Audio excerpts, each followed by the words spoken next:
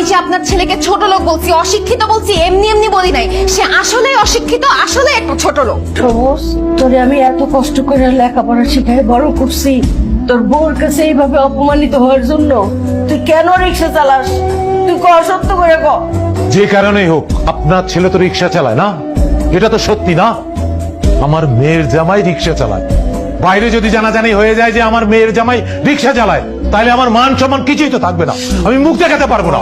এই জন্যই আমি তোকে বলেছিলাম প্রেম করে বিয়ে করিস না, কিন্তু তুই তো আমার কথা শুনলি না। বাবা, এখন আমি কি করব? যাই করো শান্তি, আমার সংসারটা ভেঙে তুমি চলে যাও না। তোমার সাথে আমি সংসার করতে চাই, আমি তোমাকে ভালোবাসি। ঠিক আছে, তুমি যদি আমার মেয়ের সাথে সংসার করতে চাও, তাহলে আমার একটা কথা রাখতে হবে। কি কথা রাখতে হবে বলেন? তুমি তোমার এই বাবা মাকে ছেড়ে আমার বাড়িতে গিয়ে ঘর জামাই থাকতে হবে। অসম্ভব। আমার ছেলে আমার কলিজার টুকরা, আমার বুকের ধন। আমার ছেলে এই বাড়িতে কাম করে তুই কোনো হানে থাকবো না। সবুজ, আমার বাবা যা বলছে তুমি এখন সেটা করবা। তুমি এখন আমাদের বাসায় যাবা, আমাদের বাসায় ঘর জামাই হয়ে থাকবা। তুমি যাই বলো তাই আমি মেনে নেবো, সিদ্ধান্ত তোমার। আজকে রাতটা আমাকে সময় দেন, আমি কালকে আপনাকে জানাচ্ছি।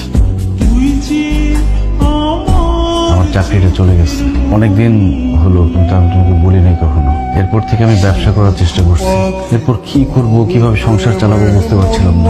দরকার হলে আমার আগের চাকরির ওখানে যাব, বসের হাত পা ধরে আমি মাপ চাইবো, চাকরিটা ফেরত চাইবো।